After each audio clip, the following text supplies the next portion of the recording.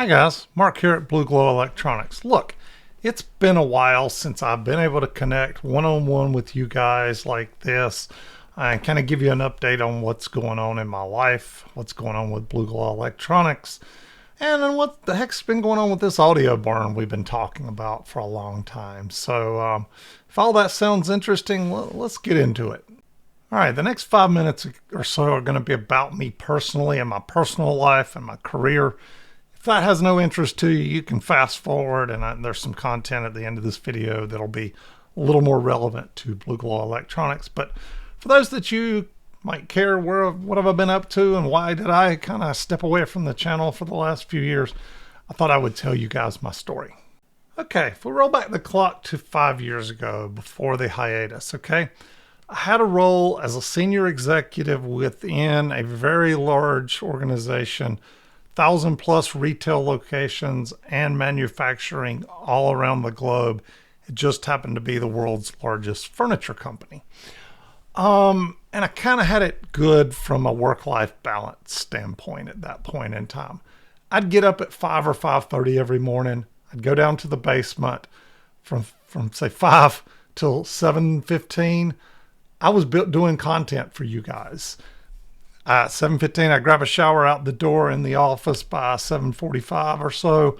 I'd hang out there till 5:30, 6:30 in the evening, come home, have dinner with my wife, might even make it back down to the basement for another hour or so.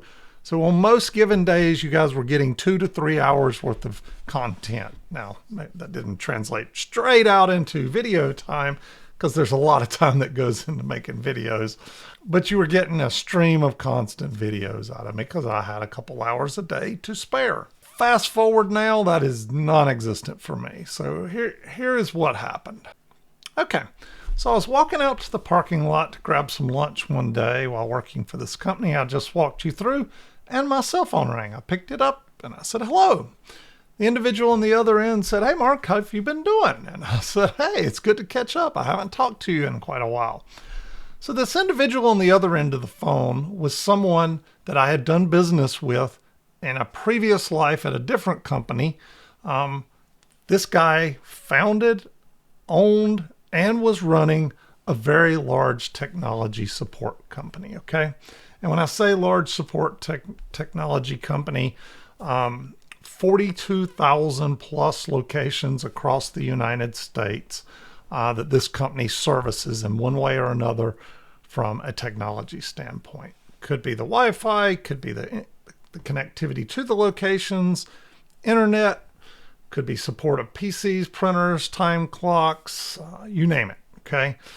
So think about anybody that has lots and lots of locations across the United States, restaurants, hotels, you name it, that when something breaks, they pick up the phone and they call somebody and say, help, I need this fixed.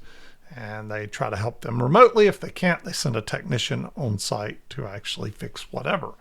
Well, this is one of those companies that does that. Over 5,000 techs across the nation that would show up and fix something, large call center on the back end, large engineering teams, so on and so forth. So anyway, this guy had ran this company for 17 years, basically as the single executive at the top. And what he told me on that phone that day was, Mark, I'm really tired of doing what I'm doing.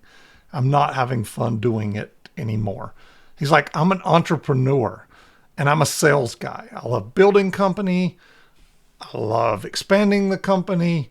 But when it comes to just running the company, payroll, taxes, audits, HR, hiring and firing of people, 401k, all the stuff that comes with running a company, he had zero interest in. He wanted to be out buying more companies and selling, so on and so forth.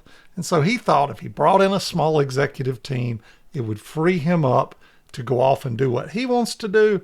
And then this executive team could run his organization. And what he said to me was, hey, Mark, I remember you from when, I was a customer of yours in the past. He said, you were a very astute leader.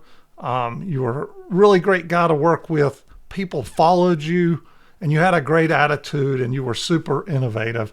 And he said, that's what I'm looking for in leaders. I would love for you to come down, spend a weekend with me, and let's talk about maybe something that could happen here. So I said, what have I got to lose? I went and spent some time with this individual, and I walked away, shook his hand, and I accepted the role of CIO, okay, Chief Information Officer. And I went back to the company, dug in, started transforming, started scaling, started fixing, putting processes, you name it, lots and lots that we were doing to mature this organization. And about 6 months later, my phone rang again. Same guy. He doesn't live where this company is based. And he said, hey, Mark, would you mind coming down and spend another weekend with me? I'd like to talk to you about a few things. And honestly, I was a little worried. I was like, am I not doing a good job kind of thing? So at any rate, I flew down, I sat down with him. And what he said to me was, Mark, I brought you on to be the CIO, and we've hired a head of HR and a few other key CFO and whatnot. And he said, I've been looking for a president and a chief operating officer, somebody to really run all of the day-to-day of this company. And he said, I've been interviewing and I've talked to quite a few people, and I'm just not finding what I'm looking for. And he said, I've kind of noticed that you have been running my company anyway. And I said, well, that's just kind of what I do. I see a problem, I attack it, I fix it, solve it, I move on to the next thing, right? And, he offered me the opportunity here to be the president and chief operating officer for this large technology support company.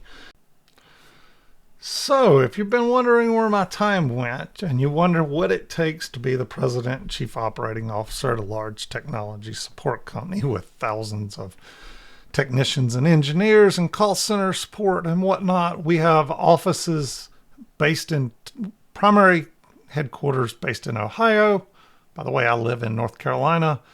We've got a large office in Charlotte, office in Kansas City, and an office in Miami. And at some point in 2024, we're going to open an office in Dallas.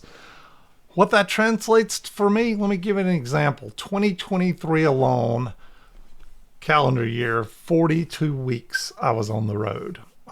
So 42 weeks, I jumped on an airplane, flew somewhere, flew back, and if you count that, that's at least 84 flights. However, there were many weeks I got on a plane Monday, flew somewhere, I flew somewhere else midweek, maybe even flew a third place that week and flew back home. So somewhere between 80 and let's call it 90 to 100 flights last year. It doesn't leave a lot of time for YouTube video content making.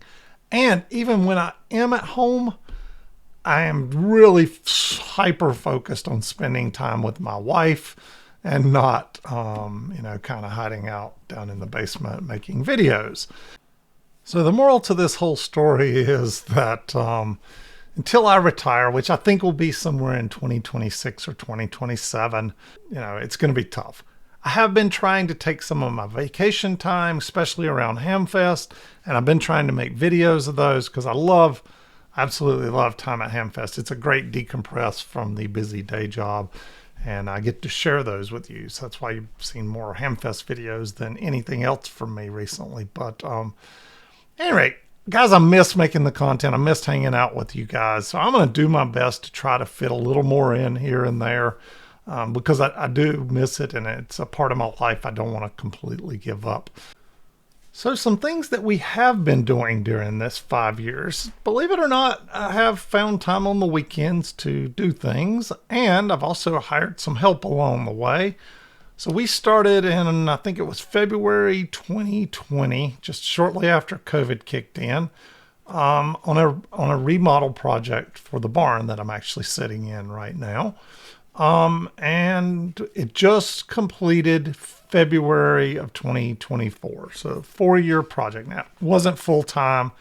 I had 2 individuals that I know that run a construction company, and they were kind of fitting me in when they didn't have other work going on. So we were both flexible with each other. And so a little bit happened along the way. And on the weekends, I would, do some things myself. And lo and behold, 4 years later, the audio barn is done. I say done, it's at least 99%. There's always that 1% more things that you want to do that you just haven't quite got to yet. Like I want to put a tower up out back here for my ham radio antennas. I haven't got to that, but the barn itself and the interior and whatnot is done at this point. I've had a few people over to kind of experience it, and it's a multi-hour journey if you want to come hang out and kind of see everything, explore everything, spend some time in the listening room, whatnot, check out the workshop here. But it's a great time, and I know everyone can't come visit me, and I don't have the time for that anyway. But I'm going to try to start showing you guys some of this via some YouTube videos. All right, I just bought me a new camera. It's let me read this, DJI Osmo Pocket 3 Creator Combo. I've really been checking these things out. It's got a little gimbals for stabilization, got amazing video quality.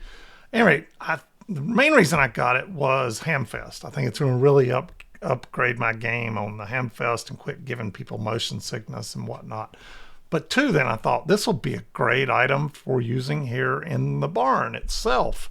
And, being able to walk around and give you guys videos of things. Great for the listening room, being able to set it up there on a little table, bring in different gear, do some gear reviews, and just try out different things. So I'm excited. These cameras are extremely constrained, and when you order one, you have to wait 3 or 4 weeks to get one, but mine should be here in the next week. So once I get that, I'm promising you guys, I'm going to do some walkarounds of the barn.